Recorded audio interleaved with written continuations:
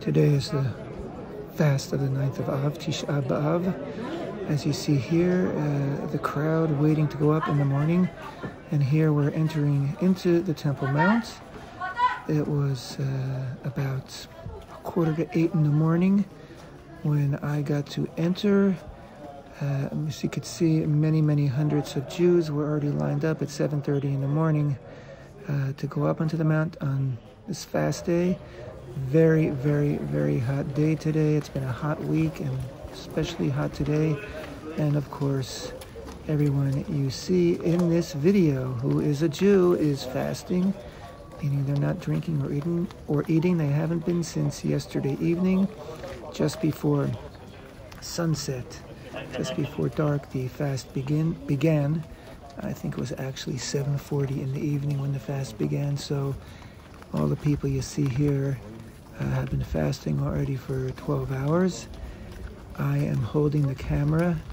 Now I am narrating this video as I am watching it from home. I've already been up to the mount and I have returned home. And I'm going to now narrate the video. We enter into the mount through the Mugrabi Gate, also known today as the Halal Gate, and we are in the southern. We enter into the mount on the southwestern corner of the mount. We're in the southern part of the mount now, heading due east. On the building on our right, as we approach, is the Al-Aqsa Mosque. There are Muslims inside praying. There's always a lot of policemen around here. They're always very nervous that there might be some kind of confrontation when the Jews pass by. There was no confrontation this morning. And as I said, the mosque is in the southern end of the mount. This whole southern end of the mount is landfill that Herod added when he expanded the Temple Mount during his reign. That's not part of the original Temple Mount. And we're walking along the southern side of the mount. Here I'm looking northward now. You can see the Dome of the Rock, which is located precisely where the Mikdash, the Holy Temple, was and will be located. We will see it again from different perspectives. If you look again, let's say toward your left, actually looking north again, you see a low-lying wall. That low-lying wall is more or less where the Chel was located. The Chel was a low-lying wall in itself, which separated the outer perimeter of the Temple Mount from the inner area and the inner courtyards of the mount. And anybody who was tameh, who had impurity, could not go past that chel. And of course we won't today, because we are all have a ritual impurity because we haven't been purified by the ashes of the red heifer. So we stay outside of that area. This is our traditional path whenever we go up to the mount. Some people today on the 9th of Av go in the opposite direction that we're going in, because again, in the time of the Holy Temple, a tradition I think instituted during the first temple time is that mourners would enter and go around the mounts in the opposite direction as everyone else, so that people, when they saw them coming from the opposite direction, they would realize they were mourners and they would say words of comfort as they met and passed one another. Now you're going to see in a moment, we are now walking on very recent, very modern paving stones. Why is that? Because this is the area which was dug up by the Muslim Waqf around the year 2000, when Ehud Barak, Israel's the most disastrously horrible prime minister in our history. Oops, I'm talking politics, can't help it. He allowed them to dig up this entire area, over what is traditionally known as Solomon's stables. There were never any such stables there during the time of Solomon, but actually the Crusaders, when they controlled the Temple Mount, they actually, I believe, housed their horses in this area. But underneath this area were the tunnels which came up from the Hulda gates in the southern side of the mount, which extended up and exited onto the mount. Anyway, in this area, in around the year 2000, was when the Muslim Waqf crudely, recklessly, illegally dug up this entire area to make an underground mosque. And that underground mosque exists today, and all that they dug up was dumped into the Kidron Valley. Later on, a number of intrepid archaeologists rescued all that debris, and they've been sifting through it ever since. This is what is known now as the Temple Mount Sifting Project, and they discovered many, many fascinating, valuable finds from First Temple period and later. This group going in the other direction, I believe they might have been being escorted. They're Jews being escorted. I believe, it seemed to me when I was watching off of the mount by police, I imagine they were caught red-handed, bowing down, prostrating themselves onto the ground. Actually, on my time on the mount, nothing much exciting to report. It was a very calm, quiet trip around the mount. You'll see I'm going to be posting other videos taken by other people. I'll be posting them later today, people who were mishtachaveh, who prostrated themselves on the mount. Perfectly legitimate and perfectly, actually it's a mitzvah, it's a commandment to do so on the Temple Mount. But the police have a very hard time with it, and they usually take you off the mount as soon as you do it. Now we're walking along the eastern perimeter.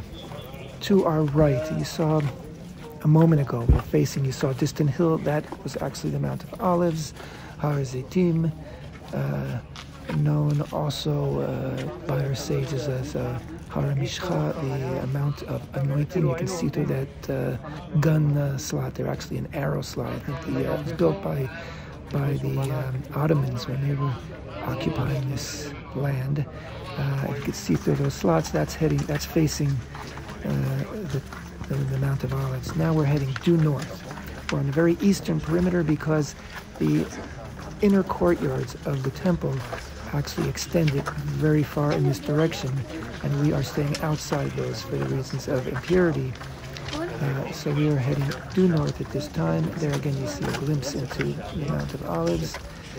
And every once in a while the police will stop us and slow us down. There's a group of Jews ahead of us. Sometimes you can see them in the distance, and for whatever reason the police were allowing up I think groups up to 20 Jews at a time on the mount, and they didn't want us to mingle together. So they would stop us every once in a while, and then they would rush us to keep moving. Sometimes you hear them saying kadima kadim or lid kadim, meaning move on, move on. The police were a little bit nervous, perhaps reasonably so. A lot of Jews were going up. The Muslims on a daily basis squawk about the Jews who are, as they put it in their language, storming the Al-Aqsa Mosque and threatening to do this and that. Of course, there's no such storming. As you saw, the Al-Aqsa Mosque is a single building in the southern side of the mount. We have absolutely zero desire to enter into it. However, the Muslims have they decided to call the entire Temple Mount Al-Aqsa Mosque. That makes it easier for them to make their outrageous claims, and also, actually, it is their intention, and bit by bit, they are attempting to turn the entire mount, that is, you saw the underground area and any other building, into a mosque, so that they can claim that it's a holy place for the Muslims. Jews have no place there. Now, we are at an area that is actually due east of where the temple stood. And of course, the temple stood where the dome is right now. Usually we are given time here, 10 minutes, 15 minutes, to stop and to pray. Over the past year, you'll see videos that other people posted earlier. I'm going to post later. And other groups did get to stop here and pray. They kept us moving along. We were one of the earliest groups to go up. Perhaps they were nervous that everybody would get up. There were a group right behind us, so we did not. They were not afforded the opportunity to stop and pray there at that spot. Of course, many people are praying as we're walking. I myself was saying silently a mishaberach, the cholim, a prayer for the health of friends, relatives, loved ones, people whose names I was given for their health, for their recovery from sickness or operation or from an accident. And there's no better place to make such a prayer than the Temple Mount, where actually it's the one place we are actually commanded to pray. And so we're praying as we're walking. We're again heading north. In a moment we're going to be coming up to the Shar HaRachamim, a building which houses the Shar HaRachamim, the Rachamim gate, the gate of mercy, sometimes called the Golden Gate. I'll talk about more about that in a moment. But praying or not praying, and again, I can guarantee you that everybody here is praying, if not aloud, then silently, or just walking on the Mount. It is a tremendous commandment to be present on the Temple Mount. It's a tremendous privilege, it's a tremendous responsibility, and it is a high. I mean, it's a high. You may not see it. I don't know how you could see it from the video. We're just walking the Mount. But when you're on the Temple Mount, it is a tremendous feeling of closeness to Hashem. The Shekhinah, God's presence, is there, very strong. You feel it with every bone and every fiber of your body and your soul. And again, on the 9th of Av, it is a tremendous privilege and again responsibility to be there and to be saying to God, we are here, we are not forgetting, we are planning to rebuild, and that's our intention. Now we're walking around the building of Shar HaRachamim, the Mercy Gate, where down below you can barely see there are Muslims praying down below, because this area they have turned over the past year into another mosque, and it had been closed for a long time. They opened it illegally, turned it into a mosque, and it has been ordered by the High Court of Justice, Israel's Supreme Court, to be shut. It's not intended to be a mosque. They have no business being there, and police go in there periodically, sometimes frequently, and empty it of all their furnishings and lock it up again, and then they break the lock and go in again. So it's an ongoing battle. Certainly, Israeli government has been very slack in enforcing the closure of that mosque. It's a bit of a war of attrition, but it should have been closed completely months ago. Now we're on the northern side of the mount, and we are heading due west. Again, on this side of the mount, there is a greater area outside the inner courtyards, and so we're not up against a wall or anything. We're heading due west. In a moment, we're going to come to a spot where normally we make a left and go south just a tiny bit, where we can go right up to the edge of the inner courtyard. And this is the inner courtyard, where we usually have a glimpse of, where we are able to see where the altar was, where the Levites would stand and sing to accompany the offerings, where the animals were slaughtered, and of course where the Mikdash, the Holy Temple itself, was. Again, they're moving us along. They're not letting us stop at any point, so they're not going to let us go into that area. We were about half an hour on the Temple Mount. I can't say we were rushed along, but we certainly were kept going at a steady pace, and we're not given any time to stop. Usually by that Shar HaRachamim, we're also traditionally we stop and pause for 10 minutes, and usually people, someone will stand up and say a Devar Torah, words of Torah, talking about the Mikdash, about the Holy Temple. Again, we were being moved along. I think we were the third group to go up. Actually, many women and pregnant women and children were among the people wanting to go up today, and they actually allowed them to be, I think, the first or second group up. They called anybody, families with young children and elderly people and women who are pregnant, to go up first because of the fast and the heat. They wanted to allow them to get up and finish with their trip to the Mount early on, so that they could get back to the comforts of their homes or synagogues. Again, it was blazing hot on the Temple Mount today. And we are just taking it in, everybody with their private thoughts. And here is where we would normally go and get a closer glimpse of where the temple stood and the inner courtyard, as I mentioned a moment ago. But we were not allowed to do that today.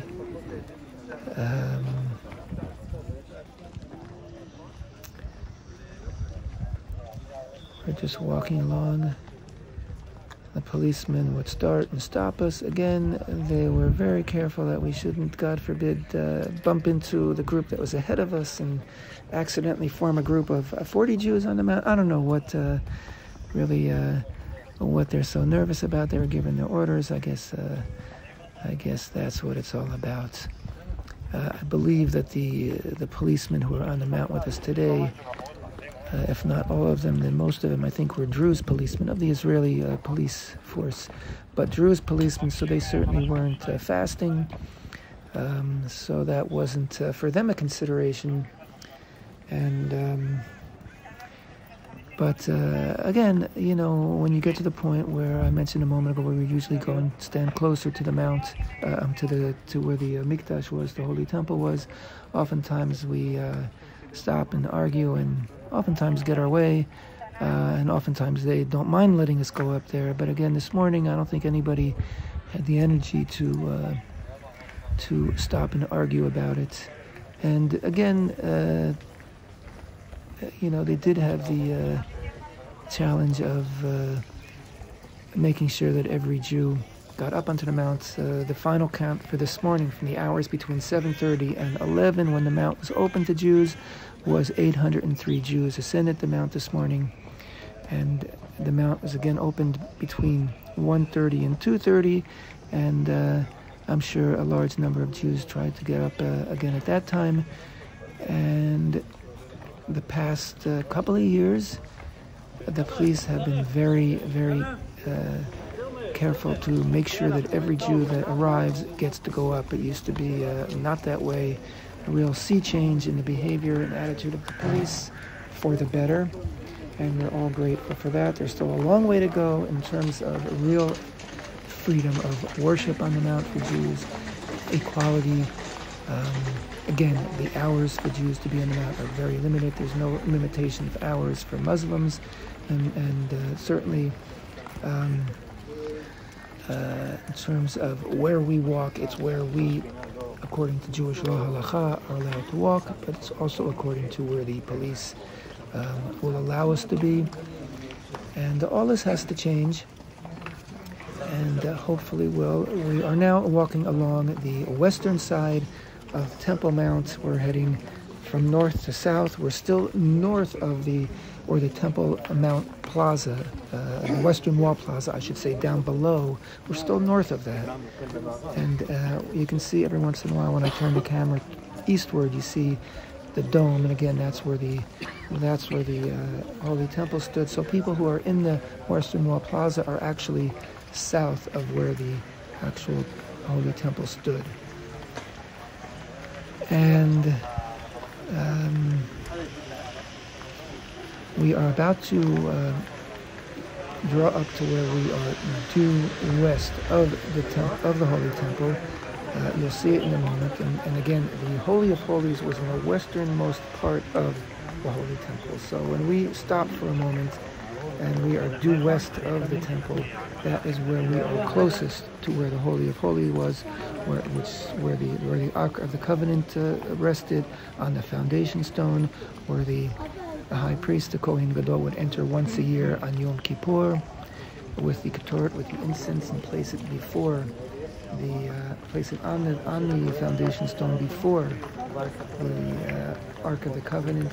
In the time of the first Holy Temple, in the time of the second Holy Temple, the Ark of the Covenant wasn't there, so the high priest would place the incense simply on the foundation stone. Here we are coming to the area where we are due west of the Holy of Holies. Usually, again, Usually we stop here for 5-10 minutes. People like to line up here and take pictures.